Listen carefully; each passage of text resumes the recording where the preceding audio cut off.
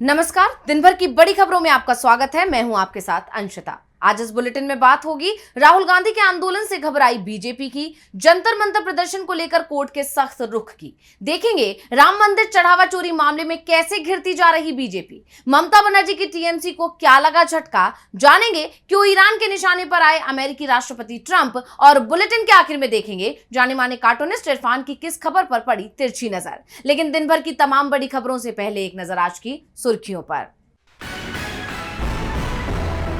SIR प्रक्रिया को लेकर पूर्व मुख्य चुनाव आयुक्त एसवाई कुरैशी ने चुनाव आयोग पर साधा निशाना। कहा, एसआईआर का मकसद मतदाता सूची से नाम हटाना। पूछा, 8 करोड़ लोगों की जांच में कितने विदेशी मिले।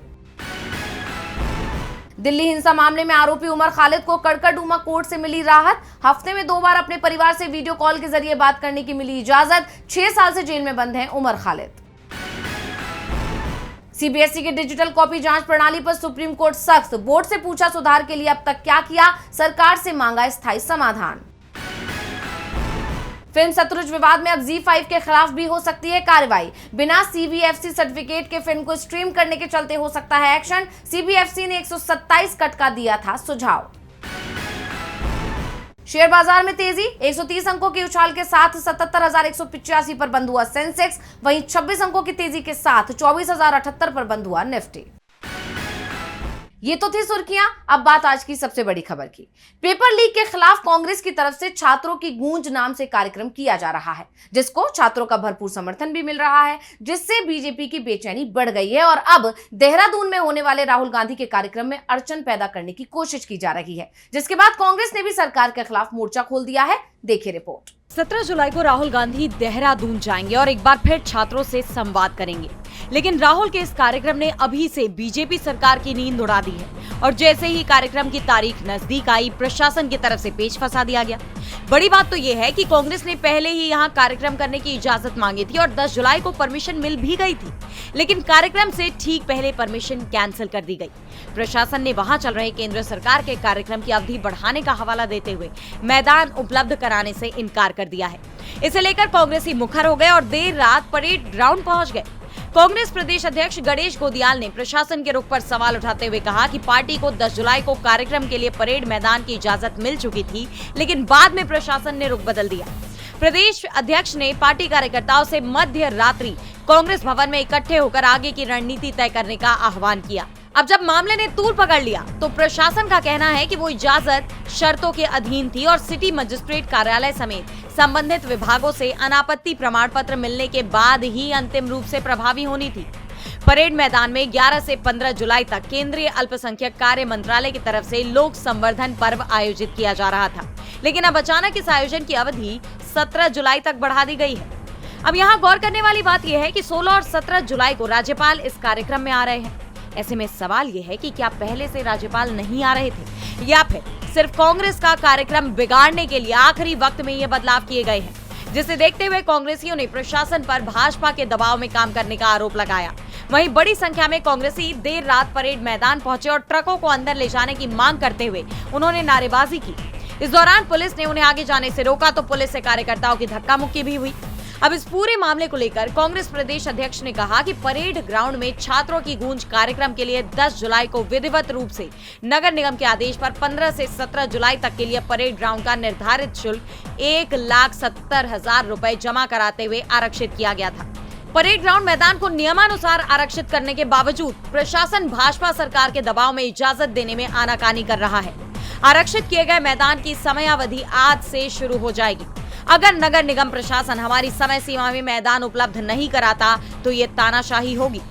मिली जानकारी के मुताबिक राहुल गांधी के कार्यक्रम के लिए करीब 2.5 लाख पंजीकरण होने की बात कही जा रही है। अब इसी को लेकर जानकारों का कहना है कि ये संख्या और बढ़ने की उम्मीद है, जिससे बीजेपी सरकार बेचैन हो गई है। इसीलिए आखिरी वक्त में जब प्रशासन ने परमिशन देने से इनकार कर दिया तो बवाल मच गया। हालांकि इस कार्यक्रम को करने के लिए प्रशासन की तरफ से कांग्रेस को बन्नू स्कूल ग्राउंड दे दिया गया है और कांग्रेस इसके लिए राजी हो गई है, लेकिन साथ ही कांग्रेस ने ये चुनौती भी दी है कि वो सरकार की तरफ से आवाज दबाने की इस कोशिश को नाकाम करेगी और इस कार्यक्रम को ऐतिहासिक बनाएगी। राहुल गांधी के आंदोलन से बीजेपी की बौखलाहट साफ दिखाई दे रही है। इसकी वजह भी है क्योंकि जिस तरह कांग्रेस ने देशव्यापी अभियान छेड़ा हुआ है और दिल्ली के जंतर मंतर पर युवाओं ने मोर्चा खोला हुआ है, उससे बीजेपी के खिलाफ लोगों का गुस्सा बढ़ता जा रहा है। खासतौर पर जिस तरह से जंतर मंतर पर भीड़ बढ़ती जा रही है और अनशन पर बैठे सोनम वांगचुक के लिए सपोर्ट बढ़ता जा रहा है, उसके बाद ये प्रदर्शन और मजबूत होता दिखाई दे रहा है। जंतर मंतर पर जारी युवाओं का आंदोलन अब तेज होता जा रहा है। देश के अलग अलग कोने से आकर युवाओं ने अपनी मांगों को लेकर दिल्ली के जंतर मंतर पर डेरा डाला हुआ है, तो दूसरी तरफ देश के अलग अलग राज्यों में कांग्रेस भी युवाओं की आवाज उठा रही है, जिससे सरकार की परेशानी बढ़ती दिखाई दे रही है क्योंकि युवाओं को विपक्ष का साथ मिल रहा है। विपक्ष सीजेपी के आंदोलन का समर्थन कर रहा है।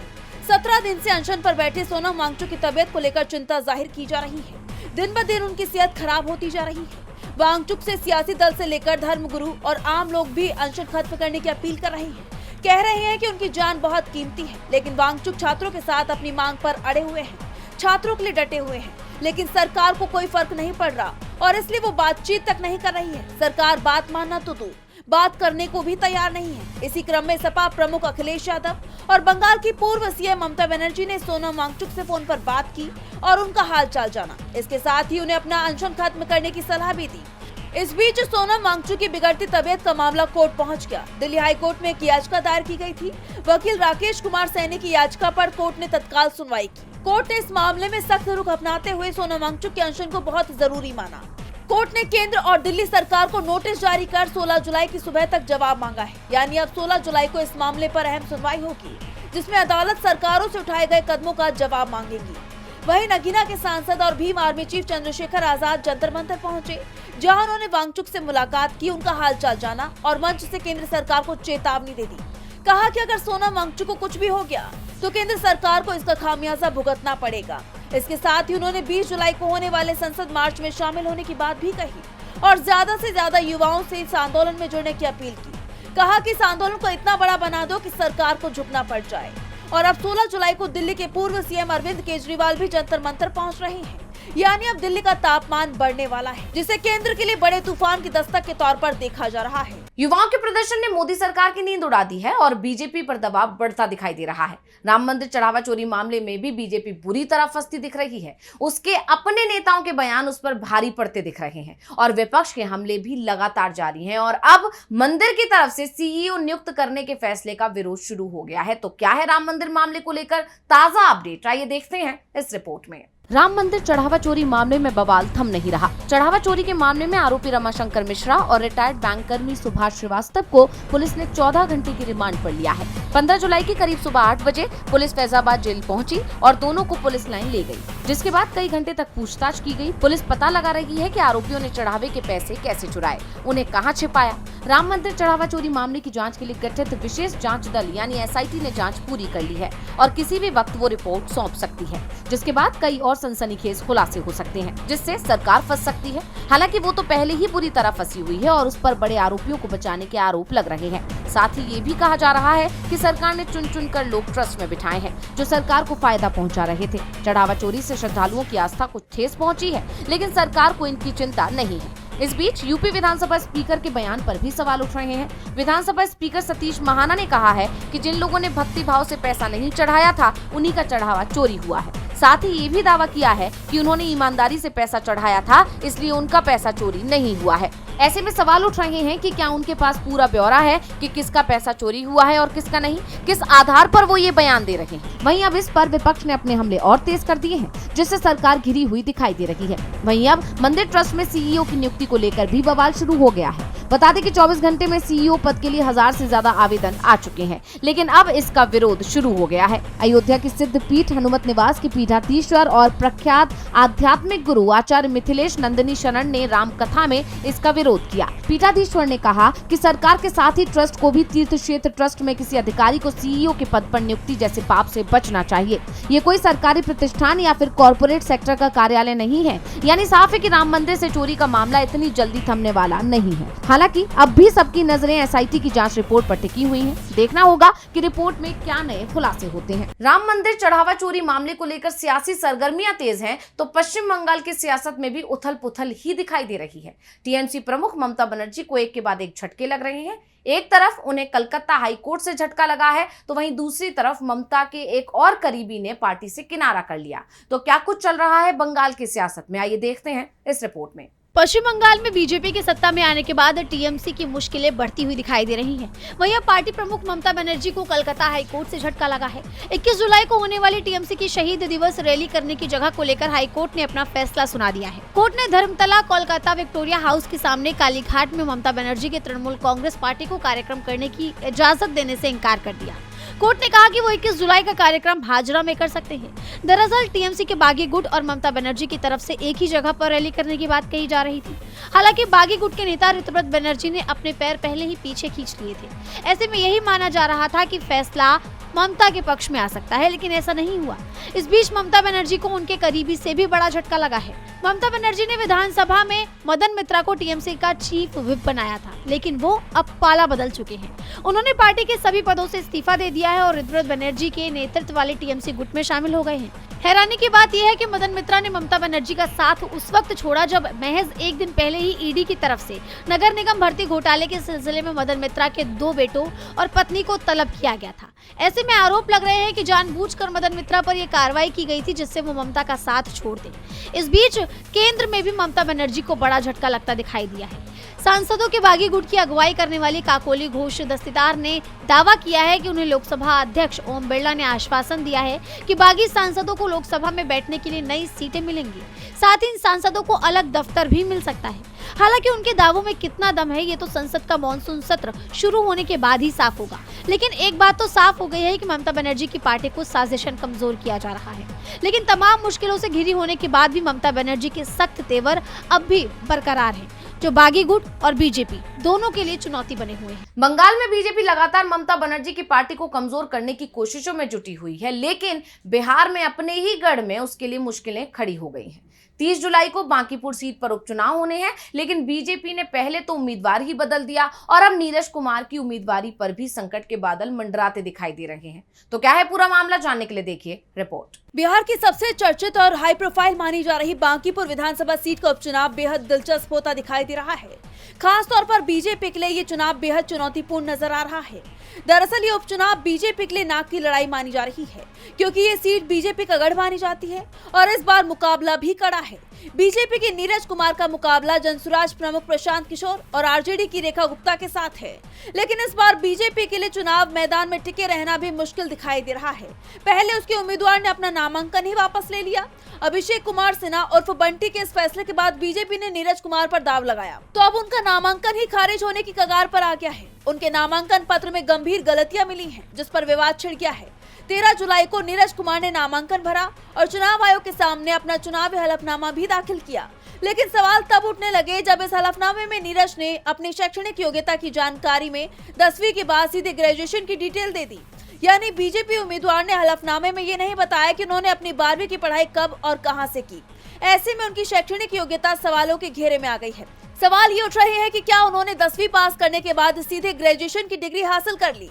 लेकिन बीजेपी और नीरज कुमार दोनों ने ही इस मामले में चुप्पी साध ली है। उनकी तरफ से अब तक कोई सफाई नहीं आई है। इसके अलावा उनके बायोडेटा में नीरज सिन्हा की जन्म तिथि 1 जुलाई 1994 बताई गई और नीचे दी गई उनकी राजनीतिक यात्रा में बताया गया कि उन्होंने साल 2006 में बीजेपी की प्राथमिक सदस्यता ली थी, यानी जब वो महज 12 साल के थे। इस पर सवाल उठने लगे कि क्या नीरज ने महज 12 साल की उम्र में ही पार्टी ज्वाइन कर ली थी। हालांकि पार्टी ने बाद में नया बायोडाटा जारी किया है, जिसमें इस विवादित हिस्से को हटा दिया गया है। लेकिन जिस तरह एक के बाद एक गलतियां निकलकर सामने आ रही हैं, उसके बाद बीजेपी मुश्किलों से घिर गई है। अब सबकी नजरें इस चुनाव पर टिकी हुई हैं। बांकीपुर उपचुनाव सियासी गलियारों में हॉट टॉपिक बना हुआ है, तो सुप्रीम कोर्ट लगातार सुर्खियों में बना हुआ है, कभी अपने फैसले को लेकर तो कभी अपनी टिप्पणियों को लेकर। और अब कोर्ट ने एक ऐसा आदेश दिया है जिसे न्यायिक व्यवस्था में बड़े सुधार के तौर पर देखा जा रहा है और इसे संवैधानिक अदालतों तक हर शख्स की सही वक्त पर पहुंच बनाने की दिशा में काफी अहम माना जा रहा है। तो क्या है कोर्ट का ये फैसला, जानने के लिए देखिए रिपोर्ट। न्याय तक सबकी पहुंच होना जितना जरूरी है, सही वक्त पर उनकी सुनवाई होना भी उतना ही जरूरी है। और अब सुप्रीम कोर्ट ने इस दिशा में बड़ा कदम उठाया है। अदालतों तक हर शख्स की पहुंच को आसान बनाने की दिशा में कोर्ट ने अहम फैसला लिया है, जिसके तहत अब अर्जेंट हियरिंग के लिए आधी रात को भी अदालत बैठ सकती है। सुप्रीम कोर्ट आधी रात को आने वाले जान और आजादी की रक्षा से संबंधित अर्जेंट याचिकाओं पर सुनवाई करने की व्यवस्था को और मजबूत करने की तैयारी में नजर आ रहा है। दरअसल सीजेआई सूर्यकांत, जस्टिस जयमाल्या बागची और जस्टिस वी मोहना की बेंच ने वकील मेहराविश रैन की एक जनहित याचिका पर सुनवाई की, जिसमें कहा गया था कि जब लोगों की जान और आजादी पर खतरा मंडरा रहा हो तो उनके पास अदालतों तक पहुंचने का कोई तरीका नहीं होता। हालात तब और भी चिंताजनक हो जाते हैं जब पुलिस जुल्म करने वालों के साथ मिली हुई हो। मेरी शिकायत ये है कि मैं अगर एक गरीब व्यक्ति हूँ तो मुझे न्याय मिलना चाहिए, लेकिन मैं कानूनी सहायता समिति से केवल दिन के समय ही संपर्क कर सकता हूँ, रात में नहीं। मैं अदालत में भी केवल दिन में ही जा सकता हूँ, रात में नहीं। इस पर जस्टिस बागची ने कहा कि आप जो चाहते हैं अधिकार और अनौपचारिक घंटे एक समान हो जाए, इससे हम सहमत नहीं। न्याय तक सीमित पहुंच का मतलब न्याय से वंचित करना नहीं। कोर्ट ने यह भी कहा कि कई बार अदालतें आधी रात को भी चलती हैं। हालांकि बहस पूरी होने के बाद सीजेआई सूर्यकांत ने याद दिलाया कि मैंने पहले हाईकोर्ट से अपील की थी कि वो सरकारी अस्पतालों की तरह 24/7 काम करना शुरू करें। अगर मैं उच्च न्यायालयों से मांग कर सकता हूं तो सर्वोच्च न्यायालय से क्यों नहीं? लेकिन एसओपी बताए, क्योंकि केवल ऐलान करने से कोई लाभ नहीं होगा जब तक इसे जमीनी स्तर पर लागू नहीं किया जा सकता। सीजेआई ने आगे कहा कि एसओपी तैयार करने से पहले हाईकोर्ट और सुप्रीम कोर्ट में रजिस्ट्री से सुझाव लिए जाएंगे ताकि ये व्यवस्था सभी संवैधानिक अदालतों में लागू की जा सके। साथ ही ये भी साफ किया कि केवल उन्हीं मामलों को तत्काल सुनवाई के लिए प्राथमिकता दी जाएगी जिसमें जान और स्वतंत्रता पर खतरा हो। अब ये नई व्यवस्था कब लागू होती है, ये देखना होगा। सुप्रीम कोर्ट न्यायिक व्यवस्था में बड़े बदलाव के संकेत के रूप में देखा जा रहा है, लेकिन पश्चिम एशिया में हालात बदलते दिखाई नहीं दे रहे, बल्कि अमेरिका और ईरान के बीच दोबारा शुरू हुई ये जंग और तेज होती नजर आ रही है। लगातार चौथे दिन भी अमेरिका के ये हमले जारी रहे। वहीं ईरान ने भी खाड़ी देशों में मौजूद अमेरिकी ठिकानों पर जबरदस्त तबाही मचाई है। तो क्या है पश्चिम एशिया में मौजूदा हालात, जानने के लिए देखिए रिपोर्ट। अमेरिका और ईरान के बीच हमलों का सिलसिला थमने का नाम नहीं ले रहा और अब तो अमेरिका ने एक बार फिर ईरान की नौसैनिक नाकेबंदी कर दी है, जिसके बाद ईरान की इस्लामिक रिवॉल्यूशनरी गार्ड कोर यानी IRGC ने हॉर्मुज स्ट्रेट बंद कर दिया, जिससे यह साफ हो गया है कि अमेरिका और ईरान में एक बार फिर भयानक जंग शुरू हो गई है। चौथे दिन अमेरिकी सेना ने 7 घंटे तक ईरान पर बम बरसाए। इस दौरान उसने हॉर्मुज स्ट्रेट के आसपास ईरान के मिसाइल और ड्रोन ठिकानों, नौसैनिक संसाधनों और कोस्टल डिफेंस सिस्टम को निशाना बनाया। अमेरिकी सेना ने ईरान के चाबहार में दूसरी बार मिसाइल हमला किया है। वहीं बुशहर में 3 ठिकानों पर हमला किया। बुशहर के गवर्नर मोहम्मद मुजाफरी ने बताया कि बचाव एजेंसियां फिलहाल सतर्क हैं और शहर में शांति बनी हुई है और ईरानी सेना इन हमलों का जवाब देने में जुटी हुई है। IRGC ने बताया कि हमने जवाबी अभियान शुरू करते हुए बहरीन, कुवैत और जॉर्डन में अमेरिकी सैन्य ठिकानों पर हमले किए हैं। बहरीन के अमेरिकी 5th फ्लीट बेस और जॉर्डन के अजराक एयरबेस को भी निशाना बनाया है। IRGC ने चेतावनी देते हुए कहा है कि अगर ये संघर्ष जारी रहता है तो अमेरिका और उसके सहयोगियों को सेवा देने वाले तेल और गैस निर्यात मार्गों को निशाना बनाया जा सकता है। क्षेत्र से ऊर्जा निर्यात या तो सभी के लिए होना चाहिए या किसी के लिए नहीं। वहीं ईरान की राजधानी तेहरान के एंगेलाब स्क्वायर में अमेरिकी राष्ट्रपति ट्रंप को निशाना बनाते हुए एक नया पोस्टर लगाया गया है। इसमें ट्रंप को अमेरिकी झंडे में लिपटे ताबूत में लेटा हुआ देखा गया। इसके ऊपर बड़े अक्षरों में लिखा है कि हम ट्रंप को मारेंगे, यानी ईरान के निशाने पर अमेरिकी राष्ट्रपति आ गए हैं। वैसे इसका दावा तो खुद ट्रंप ने भी किया था कि वो ईरान की हिटलिस्ट में टॉप पर है और अब ईरान का भी संदेश साफ है। जिस तरह ईरान अमेरिका के हर हमले का सामना कर रहा है और उसे करारा जवाब भी दे रहा है, उससे ट्रंप की खींच भी बढ़ती दिखाई दे रही है और अब उन्होंने ईरान को सीधा अल्टीमेटम ही दे दिया कि अगर वो बातचीत की मेज पर नहीं आते तो अमेरिका उनके पावर प्लांट्स और पुलों को ध्वस्त कर देगा। लेकिन ईरान ने भी साफ कर दिया है कि वो इन धमकियों का जवाब कार्रवाइयों से देगा। ऐसे में इस क्षेत्र में खतरनाक तबाही के आसार दिखाई दे रहे हैं। और बुलेटिन के आखिर में देखेंगे जाने माने कार्टूनिस्ट इरफान की किस खबर पर पड़ी तो अच्छी नजर।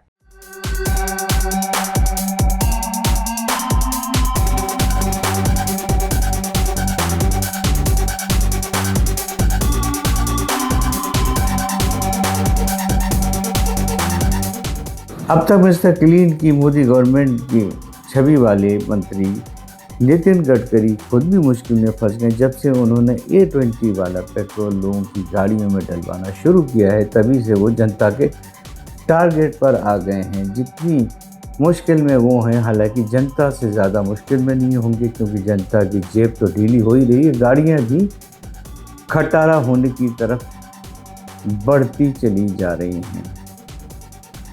हालांकि नितिन गडकरी इस बारे में कहते हैं कि अगर आपको वो 100% वाला पेट्रोल चाहिए तो आप अपनी जेबें ढीली करो और वो वाला पेट्रोल ले लो। मतलब ये क्या हुआ भाई कि आपने जो चल रहा था सब अच्छा खासा, उसको तो आपने गायब कर दिया। उसके बाद में उसकी जगह पर एक वाहियात सी चीज़ लाकर जनता को दे दी। लोग, जनता तराई तराई हो गए, तो जनता ने कहा कि भाई अब तो हमको वो पुरानी वाली ला के दे दीजिए जो भी थी। तो आप कह रहे हैं कि नहीं, वो तो तब आएगी जब आपको हमें उसके बदले में मोटी रकम देनी पड़ेगी। तो ये क्या बात हुई? ऐसे तो आप सारी चीज़ें उड़ा दीजिए, मार्केट से सब ले जाइए उठा के, और बाद में कहिए कि अब आपको तभी मिलेगी जब आपके इसके बदले में दुगने तिगने पैसे हमको देंगे। तो ये था साहब गुजराती फॉर्मूले के बाद में नितिन गडकरी का नया महंगाई का और विकास का फॉर्मूला। देखिए आगे क्या क्या होता है।